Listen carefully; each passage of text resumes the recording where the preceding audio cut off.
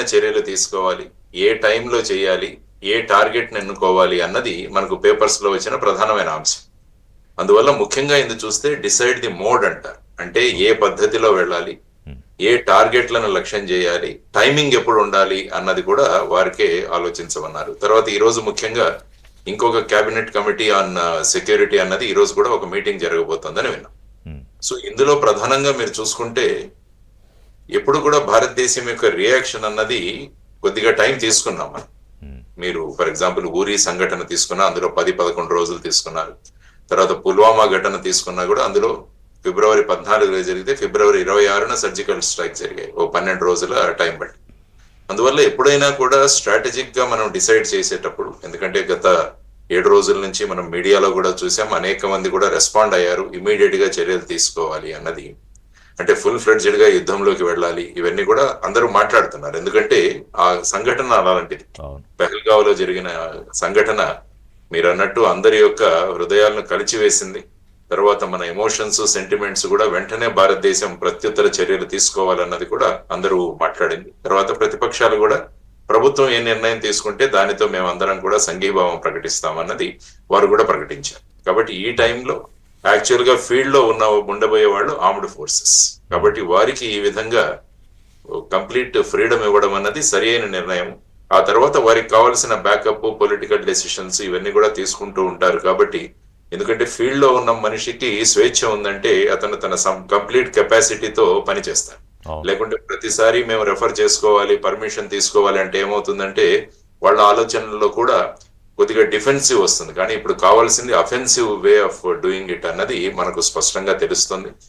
So ఈ నిర్ణయాలు ఖచ్చితంగా మన డిఫెన్స్ ఫోర్సెస్ తీసుకుంటారు, తీసుకోవాలి కూడా. ఎందుకంటే మీరు అన్నట్టు ఇంతకు ముందు విశ్లేషకుడు వారు కూడా మాట్లాడారు. వారు కూడా ఏమన్నారంటే గత అనేక యుద్ధాలు కావచ్చు, అనేక సందర్భాల్లో కావచ్చు, భారతదేశం చాలా నష్టపోయాము. ప్రతిసారి ఎవరో ఒక ఇంటర్నేషనల్ మీడియం వచ్చేసి మధ్యలో మీడియేషన్ చేయడము.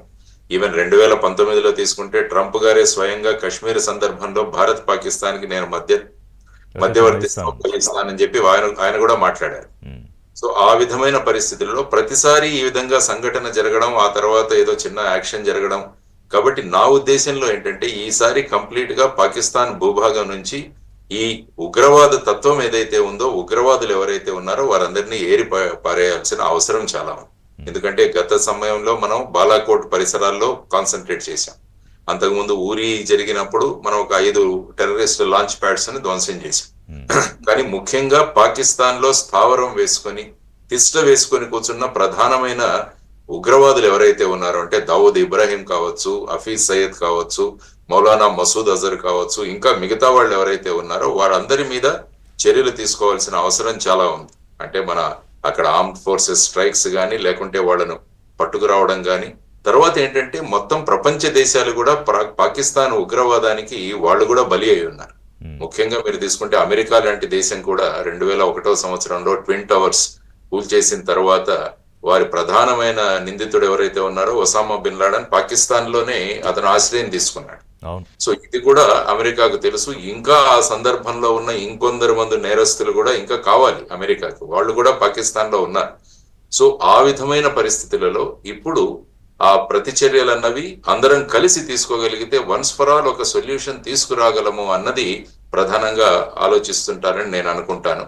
చర్యలు ఉంటాయి. ఎస్ ఋషి గారు, ఒకటి ఇప్పుడు తహవూర్ రాణాను భారత్కి అప్పగించిన తరువాత అంటే మనకి దానికి దీనికి ఒక లింక్ ఎస్టాబ్లిష్ చేసుకుంటే అంటే ఏదో ఒక రకంగా ఇప్పుడని కాదు, ఇప్పుడు 2001 నుంచి పార్లమెంటుపై పాక్ ఉగ్రదాడులు, సరే అంతకుముందు యుద్ధాలు, ఆ తర్వాత యుద్ధంలో ఇందాక నేను చెప్పినట్టు ఎదురుగా వచ్చి దెబ్బతీసే పరిస్థితి పాకిస్తాన్